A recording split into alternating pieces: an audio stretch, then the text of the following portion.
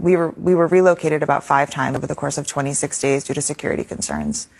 And one of the places we wound up was the Khan Yunis Training Center. We call it KYTC. That's when people had evacuated to the south. So you were in the south of Gaza at that point. Yes, when we went to below Wadi Gaza line. And there were, by the time we left there were 35,000 internally displaced people living alongside us. There were children with just massive burns down their faces, down their necks, all over their limbs.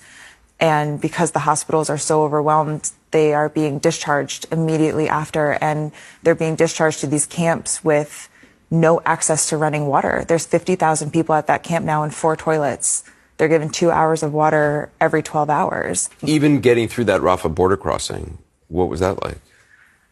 They didn't leave our side for a second. The national staff? The national because staff. Because they feared for your safety, even at the border crossing. They made sure they were standing between us and desperate people. They made sure that they were talking to every official that they could find, trying to push us through, trying to get us on the bus, trying to get us out. And we're standing there and we're watching these incredible men who have sacrificed everything for us, who have sacrificed time with their families, their own physical safety, their own water supply they were giving to us. And we're watching them fight to get us across the border, knowing that we were not bringing them with us. Would you go back to Gaza? In a heartbeat. In an absolute heartbeat. My heart is in Gaza. It will stay in Gaza. The Palestinian people that I worked with, both our national staff in the office as well as my staff at Indonesia Hospital, were some of the most incredible people I've ever met in my life. When everything went off and we got the notice to move south of Wadi Gaza, I was texting my nurses at Indonesia Hospital, and I said, we lost a nurse weekend 1. He was killed when the ambulance outside the hospital was blown up.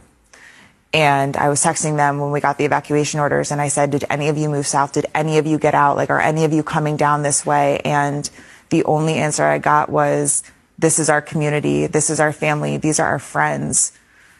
If they're going to kill us, we're going to die saving as many people as we can. And I said, if I can ever have an ounce of the heart that you have, I will die a happy person. They were incredible. I would like to send out a reminder that there are civilians seeking shelter there, and that my doctors and nurses didn't leave out of loyalty to their community. And I know that there is an idea being pushed right now that anyone that stayed behind is going to be considered some kind of a threat. And I want to remind people that the people that stayed behind are heroes. The people that stayed behind they know they're going to die, and they're choosing to stay behind anyway.